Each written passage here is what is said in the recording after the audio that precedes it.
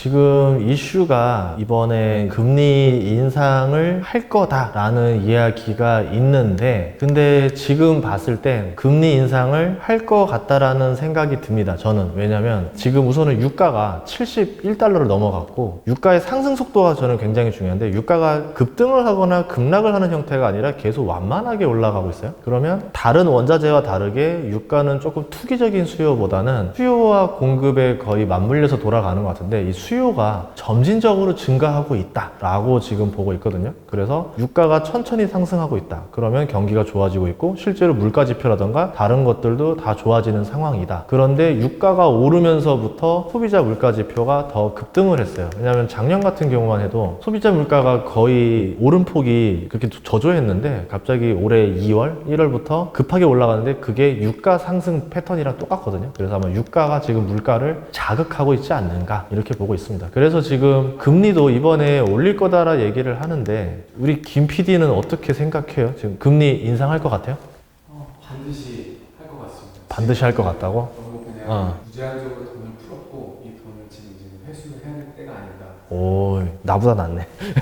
자, 금리를 이제 인상하는데, 이제 지금 뭐 이주열 총재도 그렇고, 이번에 16일 밤에 FOMC 회의에서도 분명 발언이 나올 것 같기도 하고, 옐런도 계속 지금 금리 인상에 대해서 화두를 던지고 있고, 그러면 금리 인상을 이제 한다 해도 사람들이 충격을 좀 덜 받는 시기가 올 것 같아요, 보면서. 지금 뭐 우리나라는 10월, 11월쯤 할 것 같다. 미국 같은 경우는 올해는 아니지만 내년에는 하지 않겠느냐, 1월에 하지 않겠느냐, 이런 얘기들을 하는데, 근데 금리 인상한다고 해서 지금 뭐 주식 다 팔았어요?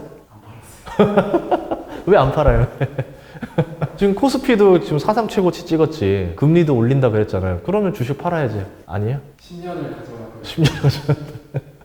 알았어. 자, 아무튼 지금 대중은 금리 인상을 하면 주식을 팔아야 되냐 아니냐고 하는데, 한 달 전만 해도 팔아야 된다라는 말이 굉장히 많았어요. 근데 요새는 별로 금리는 인상은 인상이고 그렇다 하더라도 내 주식은 안 팔 거야 라고 나뉘었단 말이죠. 분위기가 분명히 달라졌어요. 예전에는 금리 인상이라는 단어 한마디에도 휘청거리는 시장이었는데 하든지 말든지로 돼버린 거예요. 그러면 금리 인상을 해도 시장에 충격이 없다라는 거죠. 그래서 만약에 행여나 금리 인상을 빌미로 주가가 하락한다라고 하면은 이거는 오히려 기회가 될 수 있다는 거죠. 예를 들어서 뭐 고용지표, 경기지표가 하락하는 거는 문제가 될 수 있겠지만, 얘네들은 멀쩡하고 좋아지고 있는데 금리 인상이라는 말만으로 증시가 하락한다? 그러면 언밸런스한 거죠. 오히려 기회가 될 수 있다. 근데 제가 말하고 싶은 건 뭐냐면, 금리 인상을 한다고 해서 증시가 하락하는 게 아니라는 거예요. 금리 인상을 해도 증시가 상승할 가능성도 높습니다. 그게 어떤 때냐면, 충분히 경제가 좋아서 금리 인상을 하겠다. 그러면 괜찮아요. 근데 지금 경제가 안 좋은 상태에서 금리 인상만 하겠다. 그럴 때가 문제가 생긴다는 거죠. 대표적으로 미국은 경기가 좋아서 금리 인상을 했었던 2015년 말, 그리고 대한민국은 저번에 차이나 쇼크로 인해서 아직 회복이 안 된 상태에서 미국이 먼저 선제적으로 금리 인상을 해버리니까 따라서 금리 인상을 해야 되는데 그럴 여력은 안 나오고, 그러면서 좀 증시가 150포인트 정도 빠졌던 적이 있었는데, 그런 문제로는 상관이 없어요. 그 이후에 또 어떻게 되느냐, 코스피가 그때 1850에서 2600까지 2년 내리 달려버렸으니까. 그래서 결국 뭐냐면, 경기 지표가 좋아지냐 안 좋아지냐 그거를 먼저 봐야 된다. 단 금리 인상으로 증시가 크게 하락할 때가 한 번 있는데, 언제냐면 분명히 정치권의 생각은 다르다라는 거죠. 정치권은 이렇게 생각할 거예요. 금리 인상을 했으니까 한 달, 두 달 안에 빨리 효과를 가져와봐. 데이터 빨리 가져와봐라 했는데, 금리 인상한다고 효과가 당장 안 나옵니다. 한 3달은 걸릴 거예요. 나중에 뒤이어서 뚝배기 마냥 점점 뒤로 갈수록 파급이 커지는 게 금리 인상인데, 당장 효과가 안 나왔다라고 해서 분명히 금리 인상을 또 합니다. 한 달 뒤에 또 해버려요. 그 2달 뒤에 또 해버리면서 3달 동안 금리 인상을 3번 한다던가 뭐 이런 말도 안 되는 연속으로 금리 인상을 해버리죠. 그러면 해도 효과가 없네? 해도 효과가 없네? 이러다가 갑자기 그 효과가 뒤이어서 가속이 붙어서 오면서 뻥 하고 터지는 거죠. 감당이 안 되는 거죠. 그래가지고 금리 인상은 첫 번째는 문제가 없다. 제가 볼 때는. 첫 번째 금리 인상 할 때까지는 괜찮을 거예요. 근데 이제 막 금리 인상을 연달아서 2번 한다던가 3번 한다던가 4번 한다던가 이렇게 됐을 때는 투자자는 조심해야죠. 역대껏 가장 큰 하락이 있었던 증시 하락들을 보면은 보통 금리 인상을 여러 번 했을 때, 금리가 정점을 찍었을 때 많이 대규모 하락이 있었습니다. 그래서 금리 인상을 빠르게 여러 번 하는 걸 오히려 조심하자. 지금은 괜찮을 것 같다. 첫 번째 금리 인상까지는 지금 분위기가 적응을 하는 분위기인 것 같아요.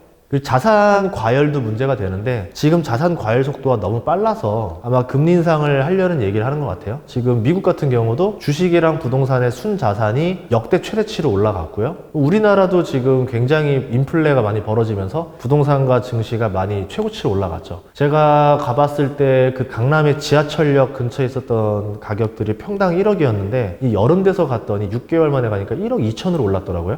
깜짝 놀랐어요. 이런 게 있나. 그리고 증시도 저번 1월과 다르게 지금은 사상 최고치를 또 찍었죠. 자산이 지금 굉장히 빠르게 불고 있다. 그럼 금리 인상을 통해서 이거를 조여야 한다라는 게 지금 정부의 생각인 거고, 특히 우리나라 같은 경우는 내년 3월에 대선이 있기 때문에 그 효과를 12월 안에는 보고 싶어 할 거예요. 그래서 10월 달에 금리 인상한다라는 말이 농담이 아닐 수도 있어요. 진짜 할 수도 있다는 거죠. 왜냐하면 10월에는 해야 12월에 효과가 나오지 않을까라고 보기 때문에.